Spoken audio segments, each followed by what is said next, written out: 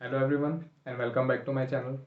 Last class में हम लोगों ने ऑक्सीडेशन रिडक्शन पढ़ा था और रेडॉक्स रिएक्शन भी कंप्लीट किया था।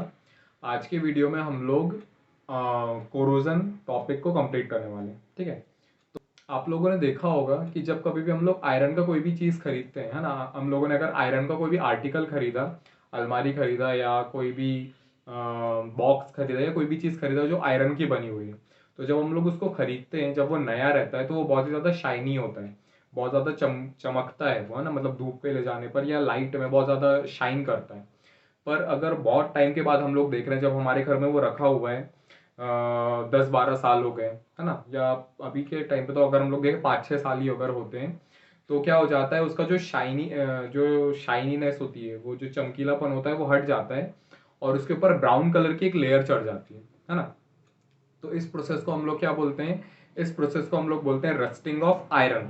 ठीक है, तो ये तो बात हो गई किसकी, आयरन की, जिसमें हम लोगों ने क्या देखा कि आयरन के ऊपर एक ब्राउन कलर की लेयर चढ़ जाती है जिसको अपन क्या बोलते हैं, रस्टिंग ऑफ आयरन। पर इसके अलावा आपने ये देखा होगा कि आपके घर में और कुछ ऐसे मेटल्स होते हैं जिनके ऊपर भी क्या होता है, एक लेयर चढ़ जाती है या उनका जो शाइन जो होती है वो धीरे धीरे करके रिड्यूस हो जाती है। ठीक है, तो इसमें दो बहुत ही ज़्यादा कॉमन मेटल्स हैं।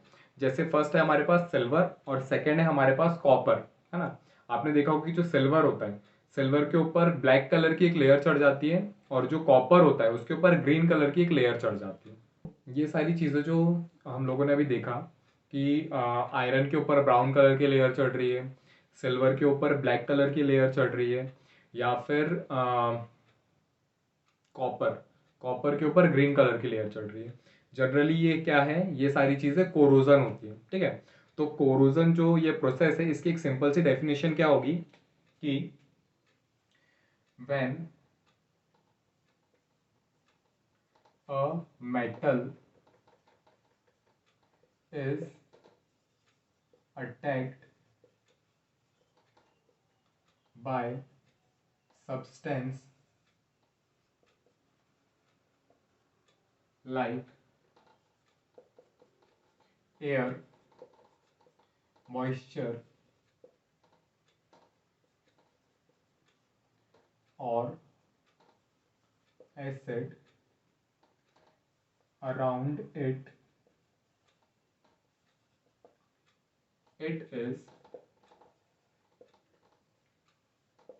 said to corrode, and the process is called corrosion। ठीक है, इसकी सिंपल सी डेफिनेशन क्या हो गई, when a metal is attacked by substance like air, moisture और एसिड। कभी भी अगर कोई मेटल है हमारे पास और वो क्या हो रहा है, उसके आसपास जो उसके सराउंडिंग है उसमें से वो क्या कर रहे हैं, रिएक्शन कर रहे हैं। किस किस के साथ जनरली वो रिएक्शन कर सकता है, तो वो एयर के साथ रिएक्शन कर सकता है। एयर में क्या है, ऑक्सीजन प्रेजेंट है, ऑक्सीजन, कार्बन डाइऑक्साइड, ये सारी चीजें गैसेस प्रेजेंट है। ठीक है, इसके बाद एयर में मॉइस्चर भी प्रेजेंट है, वाटर के छोटे छोटे पार्टिकल्स प्रेजेंट है, तो उसके साथ रिएक्शन कर सकता है और कुछ एसिड्स के साथ भी रिएक्शन कर सकता है। और ये सारे के साथ रिएक्शन करने के बाद, ठीक है, उसके ऊपर क्या होता है, एक लेयर चढ़ जाती है, एक लेयर एक्स्ट्रा आ जाती है जिसको हम लोग क्या बोलते हैं, कोरोजन बोलते हैं। तो कोरोजन के एग्जाम्पल क्या क्या हो गए, तो फर्स्ट एग्जाम्पल तो वही है हमारा जो था rusting of iron, rusting of iron. Second क्या हो गया, सेकेंड हो गया green colour, green layer on copper. ठीक है, और थर्ड क्या हो गया, ब्लैक लेयर ऑन सिल्वर। ये सारे किसके एग्जाम्पल हो गए, कोरोजन के एग्जाम्पल हो गए। अभी ये जो कोरोजन का जो इफेक्ट है ना, ये हमारे डे टू डे लाइफ में हम लोग को देखने के लिए बहुत ज्यादा मिलता है। जनरली जो आयरन के आर्टिकल्स होते हैं उनमें कोरोजन बहुत ज्यादा हम लोग को देखने को मिलता है। जैसे आपने देखा होगा कि हम लोग जो कुछ भी आयरन के आर्टिकल्स खरीद रहे हैं, है ना, उसमें कोरोजन जनरली हो जाता है, उसके ऊपर ब्राउन कलर की लेयर चढ़ जाती है। इसके अलावा भी एक बहुत ही ज़्यादा सीरियस प्रॉब्लम है, जैसे आयरन की जो रेलिंग्स होती है, रेल की पटरियां होती हैं, है ना, और कार जो होती है या फिर जो ब्रिजेस होते हैं, है ना, ये सारी चीज़ों में अगर कोरोजन लग जाता है तो इसमें बहुत ज़्यादा नुकसान हम लोगों को होता है। और इसके रिपेयर के लिए भी हम लोगों को हर साल बहुत ज़्यादा पैसा खर्च करना पड़ता है कोरोजन के रिपेयरिंग के लिए। जैसे अगर हम लोगों को कोरोजन से बचना है तो उसके लिए 2-3 चीज़ें जो हम लोग कर सकते हैं। जैसे फर्स्ट है गैल्वेलाइजेशन। हम लोग गैल्वेलाइजेशन कर सकते हैं। गैल्वेलाइजेशन होता क्या है, तो हमारे पास जो मेटल होता है, ठीक है, उस मेटल के ऊपर हम लोग क्या करते हैं, जिंक की एक लेयर चढ़ा देते हैं ना। जिंक क्या है, जिंक भी एक मेटल है। जैसे आयरन एक मेटल है, वैसे जिंक भी एक मेटल है। पर जिंक जो होता है वो ज्यादा रिएक्टिव मेटल होता है। तो अगर हमारे पास मान लीजिए ये मेरे पास सब्सटेंस है, किसका है, ये आयरन का बना हुआ है। अब मुझे क्या करना है, इसको कोरोजन से बचाना है। तो मैंने क्या किया, इसके ऊपर जिंक की एक लेयर चढ़ा दिया, जिंक की लेयर चढ़ा दिया।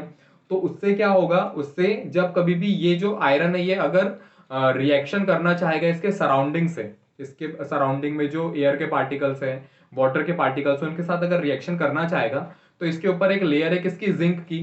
तो अब पहले रिएक्शन कौन करेगा, जिंक करेगा। और जिंक रिएक्शन करके क्या कर देगा, इसको बचाने की कोशिश करेगा। यानी कि इसके ऊपर जो लेयर है जिंक की, पहले वो रिमूव होगी, और वो रिमूव होने के बाद फिर जो मॉइस्चर है वो किसके साथ रिएक्शन करेगा, आयरन के साथ रिएक्शन करेगा। तो ऐसे करके आप गैल्वेलाइजेशन के थ्रू आयरन के आर्टिकल को बचा सकते हो।